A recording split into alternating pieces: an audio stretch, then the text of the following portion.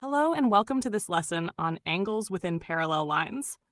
By the time you finish this video, you will be able to identify and correctly name angle relationships formed by a transversal cutting parallel lines, including corresponding, alternate, co-interior, and vertically opposite angles. Apply angle rules to calculate unknown angles using straight line, co-interior, and parallel line relationships, and solve multi-step problems involving parallel lines by combining multiple angle rules logically and showing clear mathematical reasoning. Let's get started. Let's begin by understanding what parallel lines are and how angles are formed when another line crosses them. Parallel lines are straight lines that are always the same distance apart, and they never meet. No matter how far you extend them, they will never intersect. Now look at the diagram. We have two horizontal blue lines. These are our parallel lines. Then we have a green line crossing both of them. This green line is called a transversal. A transversal is simply a line that cuts across two or more lines. Now when a transversal crosses parallel lines, it creates several angles. In this diagram, we can see angle A at the top and angle B at the bottom. These angles are formed at the points where the transversal meets the parallel lines. Now here's the key idea. These angles are not random. They are connected by special relationships, and these relationships help us find unknown angles. For example, some angles will be equal and some angles will add up to 180 degrees. This is what makes parallel line problems very powerful. Now take a moment to visualize this.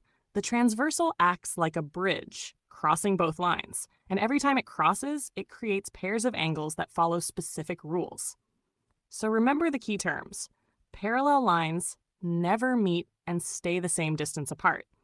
A transversal is a line that crosses both lines, and the angles formed are related in predictable ways. Understanding this setup is very important because all the angle rules we learn next will come from this diagram. Now let's explore the key angle rules that appear when a transversal crosses parallel lines.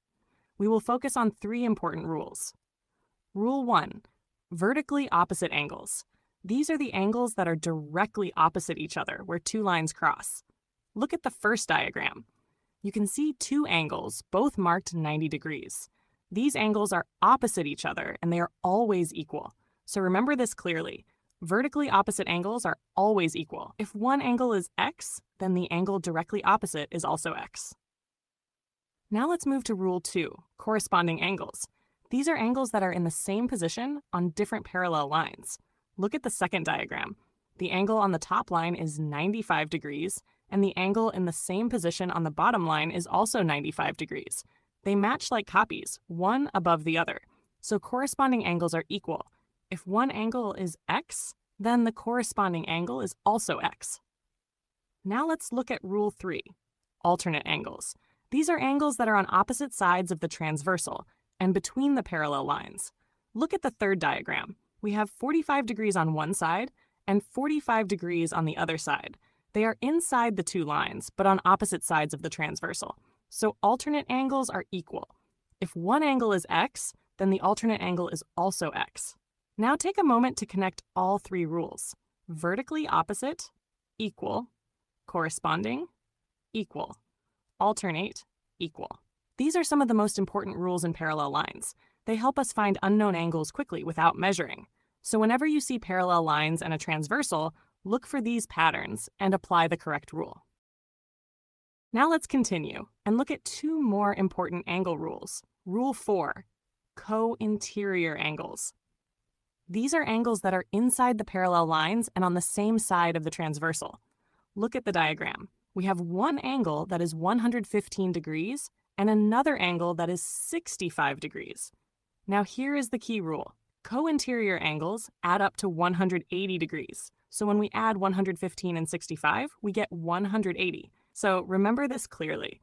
Co-interior angles are not equal. They add up to 180 degrees. Now let's move to Rule 5, angles on a straight line. Whenever two angles form a straight line, they always add up to 180 degrees. Look at the second diagram. We have one angle that is 116 degrees and another that is 64 degrees. When we add them together, we get 180 degrees. So the rule is simple. Angles on a straight line always add up to 180 degrees.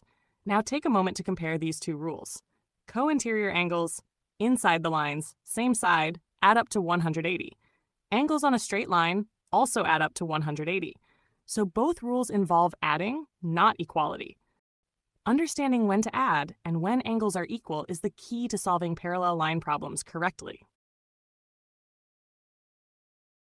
Now, let's dive into some exam-style practice question. You can pause the video and try yourself. Question 1. Calculate the size of the missing angle theta. Show all your workings. This question is worth 2 marks, so let's go through it clearly. First, look at the diagram carefully. We have 2 parallel lines and a transversal cutting across them. At the top, we are given an angle of 75 degrees. At the bottom, we are asked to find angle theta. Now, the key step is to identify the relationship between these 2 angles. Look at their positions. They are inside the 2 parallel lines and on opposite sides of the transversal. This tells us they are alternate angles. Now recall the rule. Alternate angles are equal. So if one angle is 75 degrees, then the alternate angle must also be 75 degrees. So we can write 75 degrees equals theta. This earns 1 mark. Now take a moment to understand the key idea. When you see parallel lines and a transversal, always look for patterns. If the angles are alternate, they will always be equal. So remember, identify the angle type, apply the correct rule, and write your answer clearly. That is how you solve these questions confidently. Question 2. Find the value of angle theta. This question is worth 4 marks, so we will go step by step and apply multiple angle rules carefully. First, look at the top intersection. We are given an angle of 110 degrees on a straight line. Now remember the rule. Angles on a straight line add up to 180 degrees, so we can find the missing interior angle. Interior angle equals 180 minus 110. That gives 70 degrees. This earns 1 mark. Now look at the middle intersection. Because the lines are parallel, corresponding angles are equal. So the matching angle at the middle intersection is also 70 degrees. This earns another mark. Now focus on the angle between the 2 slanted lines. We are given that this angle is 35 degrees. So now we combine the angles. We take the 70 degrees and add the 35 degrees. 70 plus 35 gives 105 degrees. This earns another mark. Now look at the bottom angle, theta. This angle is in the corresponding position to the one we just found. So theta must be equal to 105 degrees. This earns the final mark. So the final answer is theta equals 105 degrees. Now take a moment to understand the full process. We used angles on a straight line, then corresponding angles, and then combined angles step by step. This is a multi-step problem, where different angle rules work together. That is how you solve complex parallel line problems confidently.